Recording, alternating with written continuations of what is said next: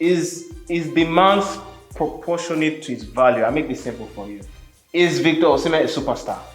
Yes, he is. You know what a superstar means? It's not just about your performance on the pitch. It's also about your commercial viability. I'll ask you practically. Okay. How many shirts will Manchester United, as an example, sell? And how much do they make from that? From their UK store of Victor Osimhen? I feel like if we are really judging Osimhen based on that alone, I feel it's kind of wrong. What do I mean? Let's look at the recent reality. The current crop of players we have, how many of them can pull the financial aspect or business aspect like Osimhen? Okay, who are the top strikers we have on board? We have Sesko, we have Gyökeres, we have, I think all of them are Victors. Victor Osimhen is having an incredible holiday, and he played in the William Troost Ekong Foundation novelty match and he starred among some other celebrities. But his future is still uncertain. In this video, we'll chat the course as he assesses his options for the next club he'll be playing for, potentially in Europe.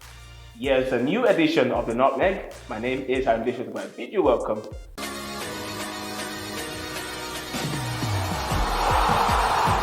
All right, I'm joined by the guys here in the studio. Victor Osimhen is the topic. I've got guests, and Kay is back on the show, just as much as Hogan is, and great to have you guys. And Victor Osimhen is enjoying his holiday. We saw videos, pictures of him on social media, but his future still remains uncertain. Wow, it's always a pleasure to be on the Nutmeg. And like you said, Osimhen's future still quite undecided, but then it's holiday time. Let's allow him to enjoy him. What will you say, Hogan? All right, thank you very much. Of course, we don't know the next step, but I believe that his contingents are, putting things in place, trying to push.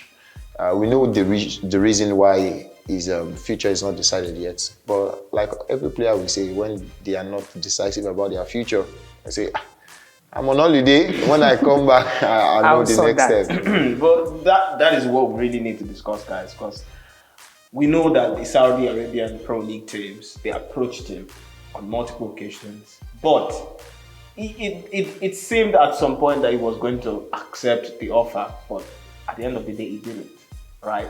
Yeah. And now, where does that leave us? You see, for someone like Osimhen, at this stage, at this time, is at the peak of his career. We are not expecting him to go into Saudi to go and play Saudi Pro League. No, nobody sees anyone there, as it were. They are just coming into limelight because of the old players who have made achievements here in Europe before going into Saudi Pro League. So someone like that is at the peak of his game, at his career, and see how many goals he scored last season. Yeah, so you don't expect someone like that to now go into Saudi Pro League. So I'm one person that is not in support of him going to Saudi Pro League as it were. Okay, for me, he had a big offer, reportedly though, about €1 million per week in 2023. There was another offer, but we can't report figures in 2024. This is 2025. If money is the priority for Osimhen, why has he not moved? Well, I feel maybe the media, the English guys or even the Serie A teams are misquoting, this out of proportion. With what Fabrizio said, even before they all went on the holiday, the offer was on the table for him to go to, Saudi. And like Hogan said, Saudi is a retirement home. It's not how we want to take it. It is. And this is a guy scoring on, across all lanes. Look at the season at Galatasaray. He's just 26 years of age. How would such talent now be, going all the way to Saudi? For me, I don't think the issue with Osimhen is really the wages. I do not think so, because there is much more to this. I was speaking on a radio show, just last week, and it was this same Osimhen transfer issue. And what was the focal point of discussion?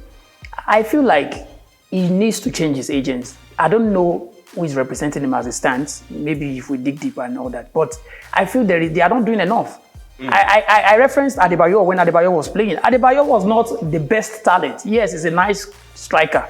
But look at the caliber of teams. Look at the caliber of teams Adebayor played for. Yeah. So for me, I feel it's not about the wages per se. I feel there are things we are not really talking about. The backstage, that agent of a thing. He needs to really change it for me. All right.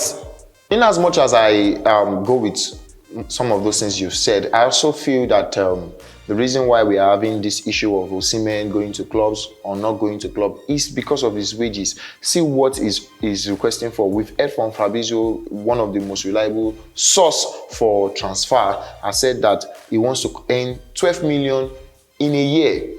And that's net earnings. Net earning, and he wants that's about 350 per week. Per week. Yeah. So and we know we see. Check the top 5 clubs, top 5 leagues that could get Osimhen. He's a top striker. They want him, but the only league that can actually sign Osimhen is the Premier League. Realistically. And if you look at them, many of them are trying to cut down their wages. Many of them are trying to cut down the wages of the players, and still they do not want to pay that particular amount. Let's reach another crux in this conversation, guys. It's fine and fair to some that he demands this amount of money. There are different sides to this divide. Yeah. Right? Some people are saying, yeah, it's worth it. But then, let's look at it in terms of business. Is demands proportionate to its value? I'll make this simple for you. Is Victor Osimhen a superstar? Yes, he is. You know what a superstar means? It's not just about your performance on the pitch. It's also about your commercial viability. I'll ask you practically. Okay. How many shirts will Manchester United, as an example, sell? And how much will they make from that? From their UK store of Victor Osimhen. Do you think they'll make enough? Because when teams give you these wages, they also want to get something back, right? And there's no question about Victor Osimhen's status in Nigerian football. There's no question about his status and what he can do on the pitch. But off the pitch, making money is a big deal for these clubs as well. Just to buttress or coming from that point, for me, I feel like what we are looking at in this is that, okay, now Man United, let's consider Man United for example, now buying Osimhen, and then how many of his shirts are they able to sell? So you're viewing as, okay, is that another reason, maybe one of the reasons why they are not really pushing to sign him? But then, like I said, in my previous charts about this topic, I feel like if we are really judging Osimhen based on that alone, I feel it's kind of wrong. What do I mean? Let's look at the recent reality. The current crop of players we have, how many of them can pull the financial aspect or business aspect like Osimhen? Okay, who are the top strikers we have on board? We have Sesko, we have Gyökeres, we have, I think all of them are Victors.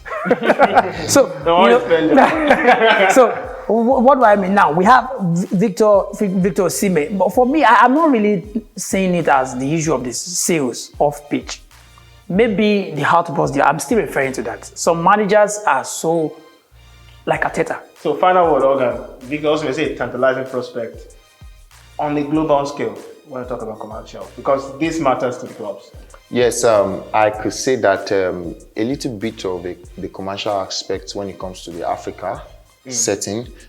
When it comes to Africa, Osimhen is, of course, he was an African best player.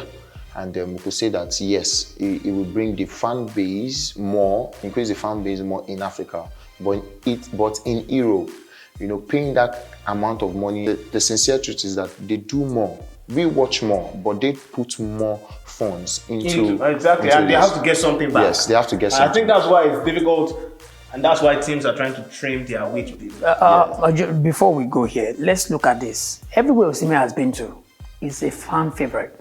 Absolutely. So I think if you're even bringing that on board here, that should be an interesting point for you, because definitely I can bet with you that if any of these English guys by mistake or by error signs Osimhen, you will be amazed at the level of interest that other clubs and even fans will, be interested in getting Osimhen. Osimhen carries the pool. He has it.